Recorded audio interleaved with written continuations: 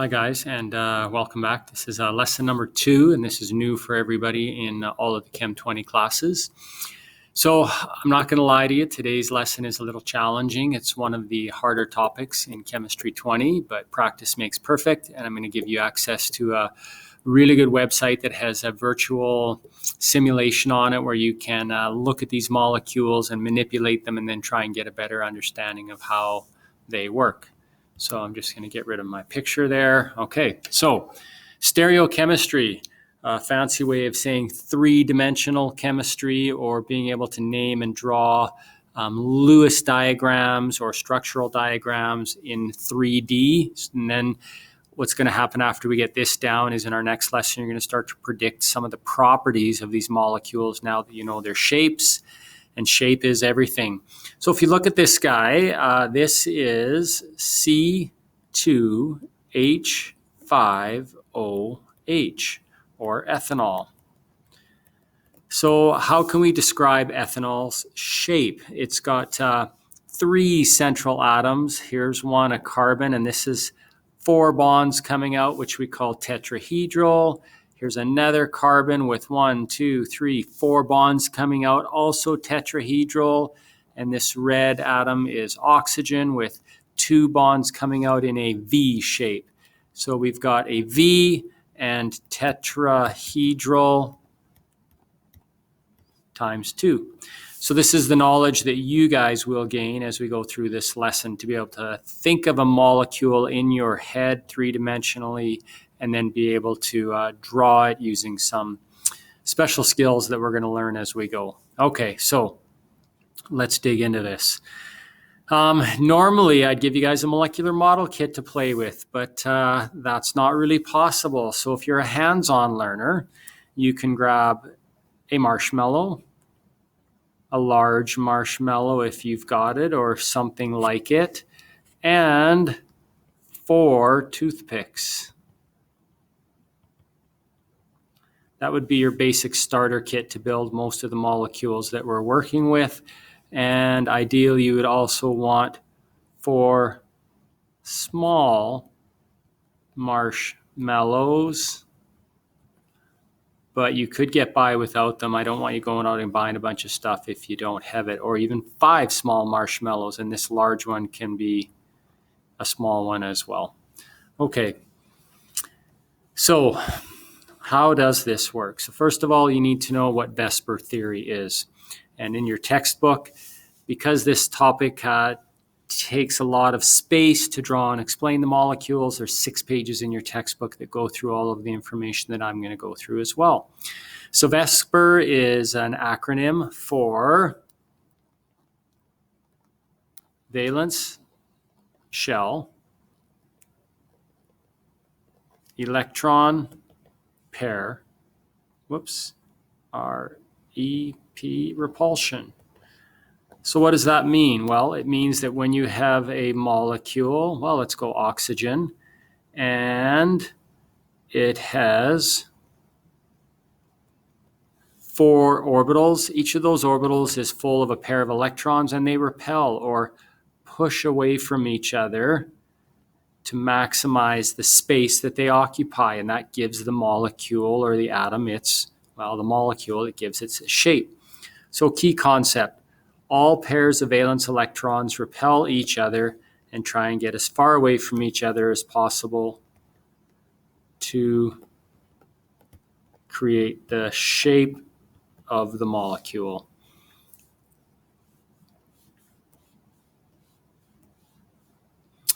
There are 5 basic shapes that you guys are going to be able to predict them, recognize them, draw them, and this all has to do with being able to do Lewis diagrams. So if you have not done pages 118 to 120 yet, stop and do those pages first. You won't be able to do this if you can't do the Lewis diagrams of the molecules. All right, so we're going to cruise through these 5 shapes. I've also got a simulator that's going to show you what they look like as well.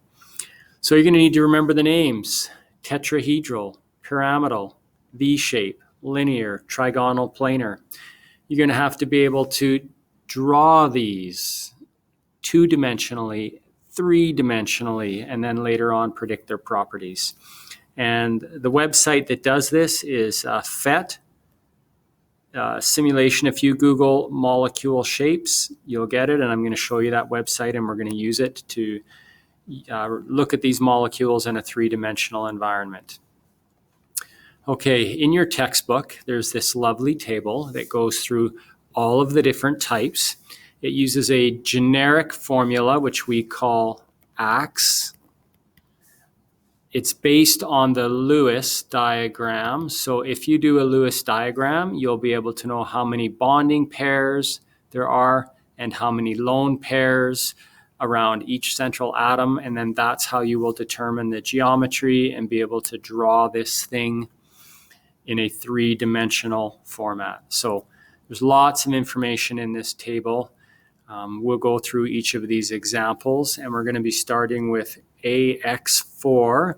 And what does that mean? The A stands for the central atom, and the X4 means that there are 4 bond pairs or 4 single bonds in the central atom. 4 bond pairs. There are no lone pairs, so all 4 orbitals are making single bonds.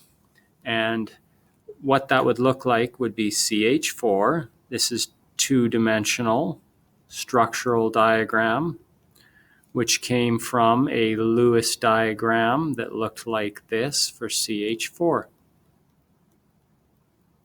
So from our Lewis, we can do a structural diagram, and then we can do a shape diagram. Flat lines mean in plane with the page you're drawing on. So in this molecule, we're saying that these 2 bonds are flat to the page. The wedge is the idea that it's the idea if you were to draw in perspective and you drew somebody standing on a diving board, and this would be the front of the diving board, which is wide, and the very back of the diving board is narrow. So this is supposed to show three-dimensionality as the atom on this bond is sticking out of the page at you, and the atom on this bond is going into the page. So that's how we represent a three-dimensional molecule. What does this look like in real life? Okay, so here's our central atom, and I am going to add 4 bonds to it. And I can take this thing and rotate it. So what I'm going to do is put the very top bond is in plane, and this bond is in plane with the page. Okay, there we go. Right there. Okay, so top bond and the right-hand bond are in plane with the page. We've got this back one here that's going into the page, and this front one that's sticking out of the page. So this would be your diving board, and this one would be your dashed line going into the back of the page. Okay, so that's a tetrahedral, or an AX4, central atom with 4 single bonds coming out of it. Okay, so now we're going to go to trigonal pyramidal, and its geometry, it's called an AX3E or AX3E1, which means that the central atom A has 3 bonding electrons, or 3 single bonds, and 1 lone pair. So what does this one look like? Well, the example would be NH3, and NH3 has that lone pair at the top. That's the E1 lone pair.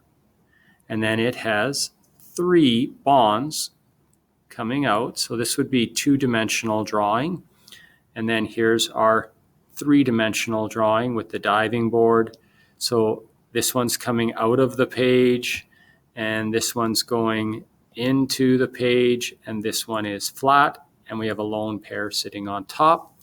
So let's jump back to the molecular shapes and put that lone pair. So I'm going to rotate this and put the lone pair on top. Whoa, That's interesting. Not sure what's going on there. We'll just start over. Okay. And put those 3 bonds in there. There we go. Okay, so here it is. So we could say that this one is flat to the page. We've got the dash line going in and the diving board coming out, and our lone pair sitting right on top, just like that. So later on, I'm going to give you the link to this, and I encourage you to go and play with this website and manipulate these molecules and learn how to recognize these 3-dimensional shapes. Okay, 2 down. Angular, piece of cake. So this is called AX2E2. So our central atom has 2 bonds and 2 lone pairs. 2 bonding electrons, or 2 single bonds, 2 lone pairs. So our lone pairs would be sitting on the top, and because there are only 2 bonds, we can put them flat on the page, and the 2D is the same as the 3D drawing for this one, and we just call it angular or V shaped. And here's a couple examples. Okay, AX3E1. So that means our central atom has 1 bond with 3 lone pairs. Piece of cake. So central atom has 3 lone pairs and just a single bond. It's a straight line. It's linear. It's flat on the page. Easy to draw. Okay, and here's some examples. Hope you're hanging with me on this one. Let's go back to the V shape, which I forgot to do on here. So I'm going to remove a single bond and put another lone pair on there. Okay, doesn't matter how we orient this. I'll put it this way so you can see the V. It can be sideways, it doesn't matter. Now, while I've got this one on here, let's just talk a little bit about, so these lone pairs are occupying space, and that's why this has a V shape instead of linear. If there were no lone pairs there, we'll get rid of them. It would be a straight line, but that would only have 2 of its 4 orbitals full of electrons, and we know that can't exist. We need those 2 extra lone pairs, and I'll back up. You can see as soon as I put a lone pair on, it repels the other orbitals and makes our V shape. Whoops. And so there's our 2 lone pairs with a V shape. So to understand VSEPR, you really have to understand the idea that these electron pairs also take up space even though they aren't a true bond.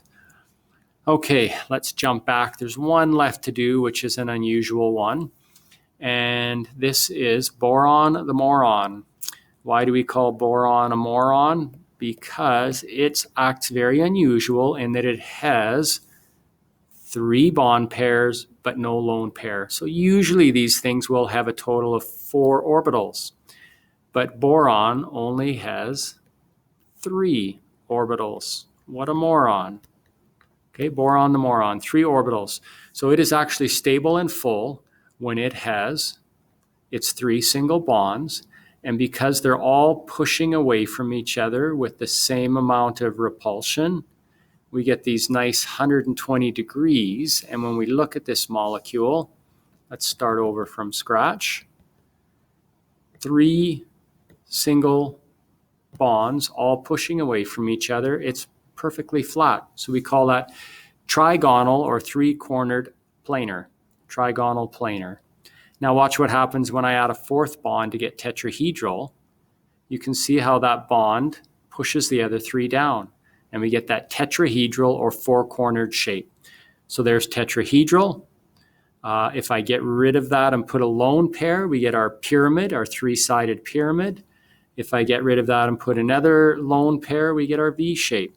So really, to understand these, you need to go to this PhET app and you need to play with this molecule and try lone pairs versus bonds and see what happens. My only caution to you, and this is important, do not exceed the octet rule by adding more than 4 bonds or 4 lone pairs or a combination of 4.